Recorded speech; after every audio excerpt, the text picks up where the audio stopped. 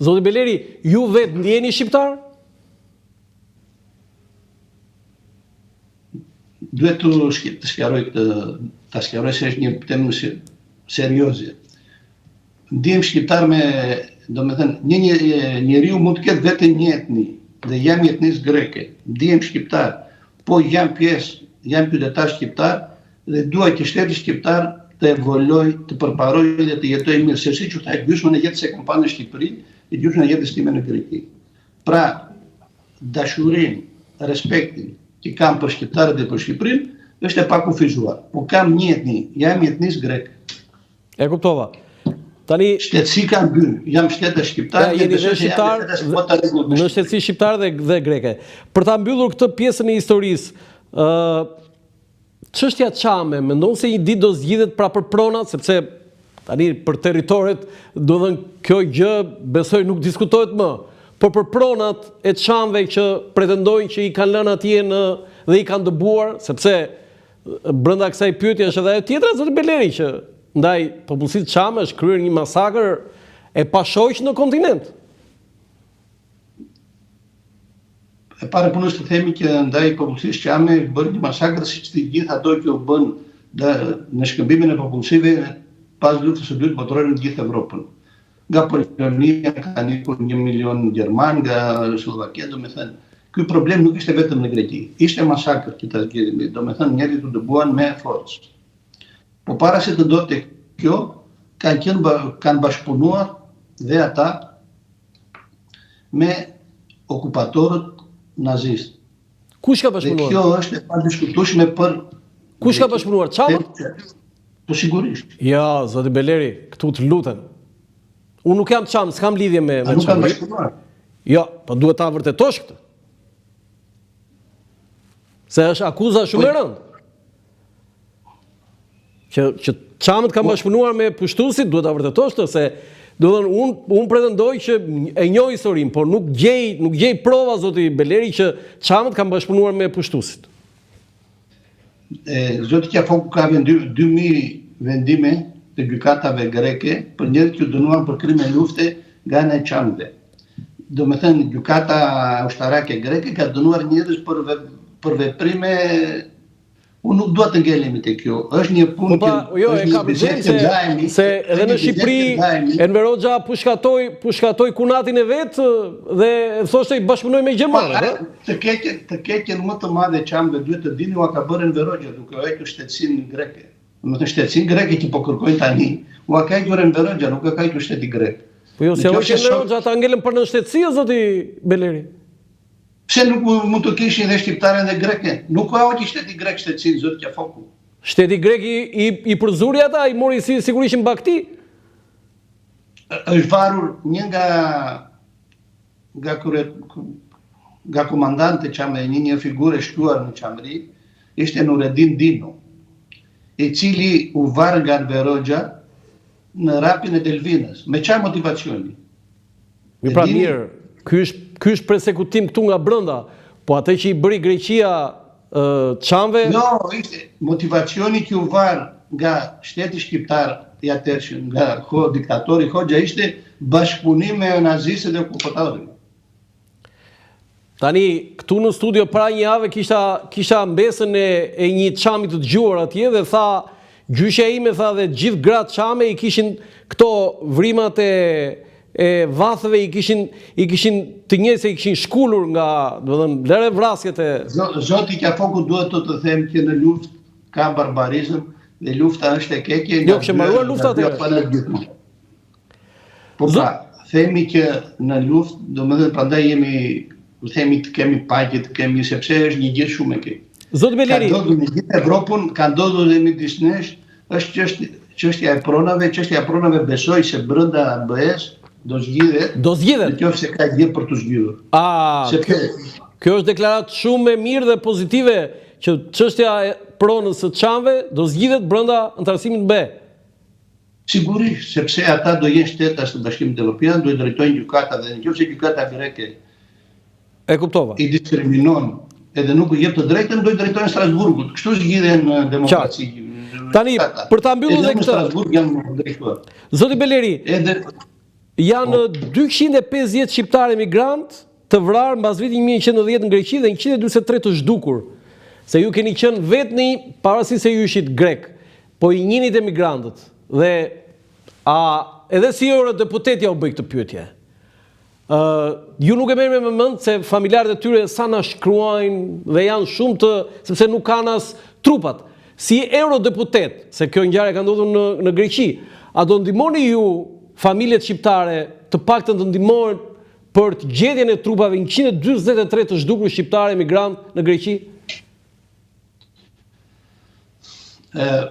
Nga ana njerëzore edhe mua duhet të dini që më janë drejtuar shumë shqiptarë që kanë humbur të afërmit e tyre. A ju janë drejtuar dhe juve?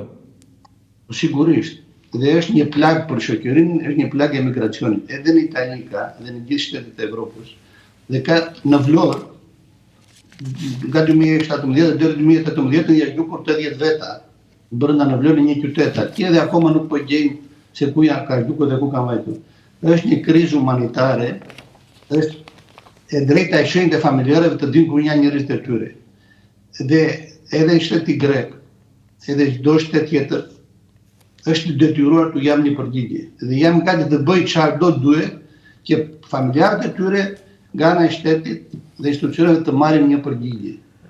Po nuk është një fenomen që ndodh në Greqi. Në Greqi besoj se janë shumica shqiptarëve që kanë emigruar, mund të jetë dhe numri më i madh. Po ka dhe në Itali, ka dhe në Britaninë e Madhe, ka dhe në Belgjik, ka kudo. Mua në Belgjik më ka takuar një shqiptar për po bëllane vetë.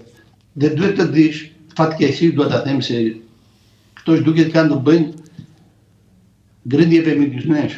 Ata në shumicën e rasteve janë konflikte midis shqiptarëve. Megjithatë, kur ndodhen në një territor tjetër, shteti është përgjegjës për të zbardhur çështjen. Jo, unë them për këto ngjarje që i ka rrarur, i ka vrarë policia dhe ushtria, them pa, këto mes shqiptarëve me njëri tjetrin. Nuk ka kaq raste që policia greke dhe të ketë rrarur të ketë zhdukur. Po jo, po ka raste. Ka raste, po jo të ndryshojnë.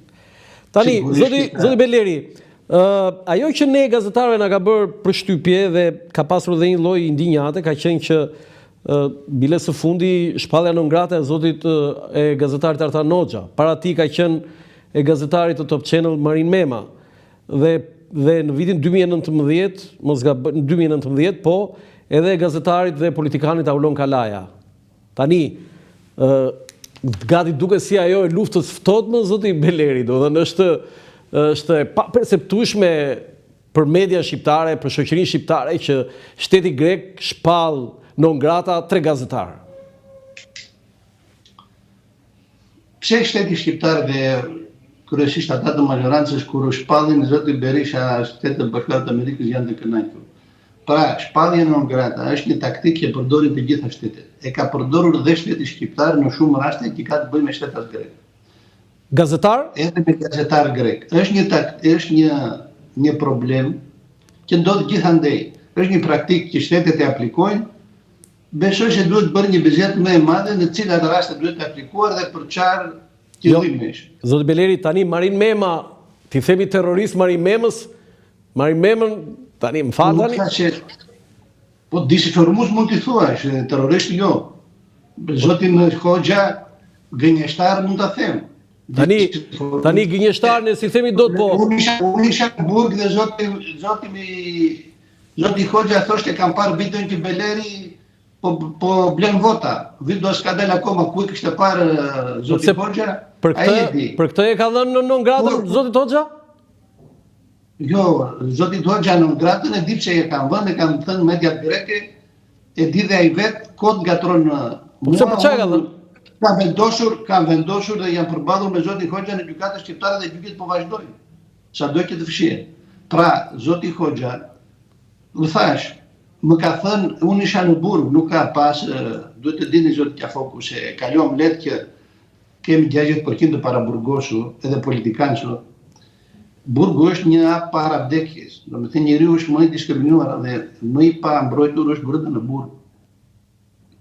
Edhe duke qenë në Burg, zoti Hoxha nuk la gjë pa thënë gënjeshtra dhe mashtrime nëpër televizore, duke bërë të fortin nga fuqia që i jepte mikrofoni. Pra, dhe jo Zoti Hoxha ka qenë ai që ka thënë Qëmbriqëni në televizor, do me thënë, e njeh babain tim e ka njohur, me mua unë jam figurë politike, mua ma do kefi të dalë të zim, të shajm, të bëj politik, të kundërshtoj, babain tim e njeh. Dhe si nuk doli një njeri, ai është marrë me djalin tim, si nuk doli një njeri nga gazetarët që janë më konstruktiv, ti thotë ore njeri, si merresh me një njeri pa e ditur? Do me thënë, Zoti Hoxha do të bëj patriotin duke sharë edhe duke diskriminuar njerëz të tjerë të përkatësisë dikët. Jo, po ju thatë që nuk është për këtë çështje, se i bie pas ka qenë për këtë çështje. Kur nuk ndihmon grupet kriminale, kur paguan taksat, kur jej sakt. Mund të dhe kjo është patriotizëm. Patriotizmi nuk është të shash, si do nuk të pëlqen nga një mikrofon, nga fuqia që të jep një media. Jo, ju thatë zoti Beleri që shteti grek nuk e ka dhënë në ngratën zotit Hoxha për këto që thatë ju. Atëherë i bie që ka dhënë për këtë? Jo, nuk ka thënë, thash problemet e mia me zotin Hoxha, por nuk kanë lidhje me në ngratën. Po zoti Kalaja? Po zoti Kalaja? Aulon Kalaja? Tani e dëgjoj nga ju që zoti Aulon Kalaja ka bërë një status ai, ka bërë një status në Facebook që në vitin 2019 nuk e kanë bërë publike, shkruante, nuk shteti grek më ka shpallur në ngrata. Nuk jam, do të jemi sigurt, e lexova statusin, nuk e di në qoftë se është shpallur apo jo. U thash, është një mas që aplikojnë shtetet, të gjitha shtetet, edhe qoftë edhe shtetet më demokratik në botë, edhe Amerika, edhe Shqipëria, edhe Greqia.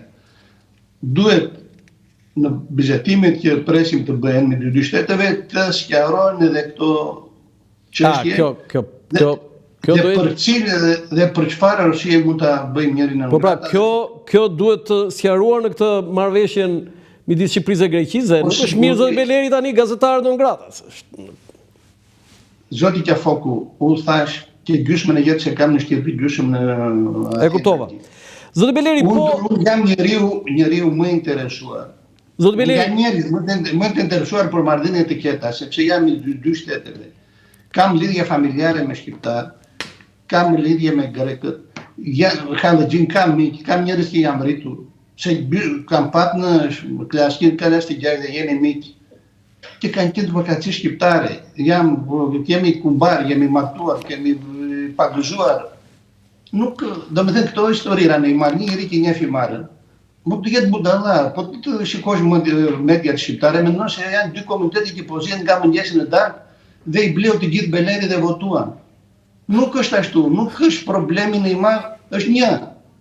Kusharat po vjedhin të pronat e nikokirëve, qofshin ata grek apo shqiptar. Unë përfaqësoj ata njerëz dhe dua të nxjerr në pak vjedhje, abuzimin që bëhet. Nuk ka ndonjë problem t'i bëj urë, do më dhe sikur të doja, dhe të kisha mundur, nuk mund t'i bëj rotën, ta qoj i marrë në Korfuz, dhe duhet të jeni shumë i bindur, që Korfuzi nuk e do. Kush u ka thënë që Grekia do të aneksoj, për qarë na do? Qarë të na marrë?